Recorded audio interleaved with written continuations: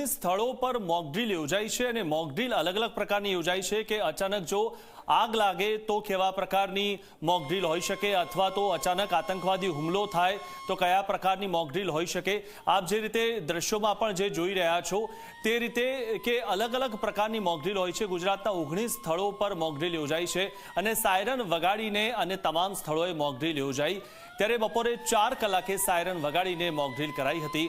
19 સ્થળોએ civil ડિફેન્સની mock drill યોજાઈ હતી। જ્યારે આતંકવાદી હુમલો થાય ત્યારે કયા પ્રકારે આપણે સચેત રહેવું જોઈએ અને કેવી રીતે તેમાંથી બચીને નીકળવું જોઈએ તે તમામ પ્રકારની મોકડ્રીલ યોજાઈ હતી।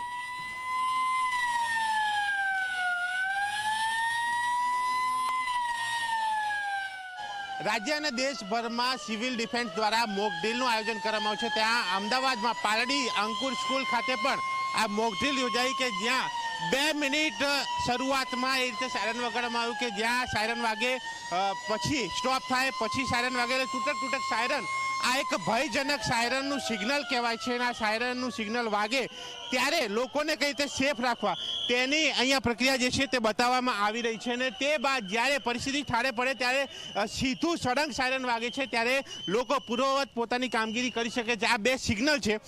સિવિલ ડિફેન્સમાંથી આલોક રોય છે, તેમની સાથે વાત કરીશું। આલોકજી, આ એક સાયરનનો મતલબ શું છે અને શું કામગીરી સિવિલ ડિફેન્સની અને લોકોની? સિવિલ ડિફેન્સમાં પહેલેથી એક પ્રથા છે વોર ઇમરજન્સી માટે જ્યારે બી ભયજનક સ્થિતિ થતી હોય, રેડની પોઝિશન આવતી હોય ત્યારે આપણે સાયરન વગાવતા હોઈએ।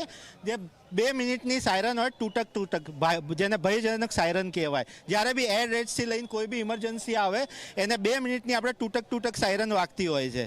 તે પછી જે સલંગ સાયરન વાગે સબ સલામતી સાયરન કહેવાય। જ્યારે ઓલ વેલ હોય ત્યારે 2 મિનિટની કન્ટિન્યુઅસ સાયરન વાગશે। અત્યારે પબ્લિક વચ્ચે આપણે મોકડ્રીલ કરી જે પેનિક પોઝિશન થાય છે એમાં પબ્લિકને હોમગાર્ડ અને સિવિલ ડિફેન્સના વોર્ડનો પોતપોતાના રીતના સેફ કરવા માગે છે। કેવી રીતના એ લોકો મોકડ્રીલ કરીને બચાવવામાં બુઝુર્ગોને ઉચકીને લઈ જાય છે, નાના છોકરાઓ બહાર હોય એને ઘરમાં લઈ જાય છે। પોતપોતાના પોઝિશનમાં એ લોકો કેવી રીતના સેફ રહે, સિવિલ ડિફેન્સ અને હોમગાર્ડનું અત્યારે કામ એ જ છે બધાને વોલેન્ટિયર્સમાં। એટલે કેવી રીતે સેફ રખાય તે કામગીરી અહીંયા કરવામાં આવી। અહીંયા શાળાના ટ્રસ્ટી પણ છે આપણી સાથે જોડાય છે। બેન, આ એક પ્રકારની મોકડ્રીલ પણ શું લાગે છે જે પ્રકારે રાત્રે એર સ્ટ્રાઇક થઈ અને એ બાદ આ મોકડ્રીલનું આયોજન, એક માહોલ શું કહી રહ્યો છે?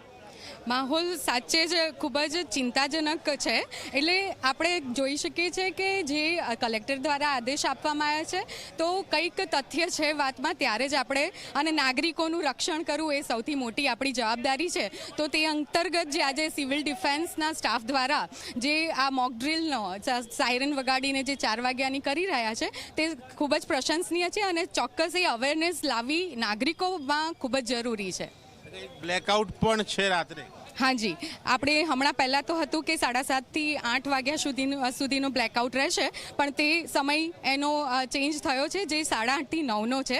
તો દરેકે અત્યારે જે મોકડ્રીલમાં આપણને જે શિક્ષણ મળ્યું છે તેને અનુસરવું જોઈએ અને તેથી આપણે પોતાનો સ્વ બચાવ કઈ રીતે કરવું તો તેનું પ્રશિક્ષણ મળી શકે। આ પ્રશિક્ષણમાંથી એક શીખવાની જરૂર છે, પોતાનો બચાવ કઈ રીતે થાય તે પણ જાગૃતિ જરૂરી છે। કારણ કે હાલ તો મોકડ્રીલ છે પરંતુ વાસ્તવિક આવી કોઈ પરિસ્થિતિ સર્જાય ત્યારે લોકોએ શું કરવું આ એક સંદેશ આપવાનો પ્રયાસ સરકાર તરફથી કરવામાં આવી રહ્યો છે। વધુ સાથે એક મેસેજ એ પણ છે કે આ મોકડ્રીલ છે, ગભરાવું નહીં, એવા પેનિક ના થવું અને પરિસ્થિતિ નોર્મલ રહી રહે, પોતાનું રોજિંદા જીવન ગુજારવું પરંતુ સાથે સાવચેત પણ રહેવું તે પણ એક આ સંદેશ સરકાર આપી રહી છે। કેમેરામેન ઉમેશ પરમાર સાથે દર્શન રાવલ, જે મીડિયા, અમદાવાદ।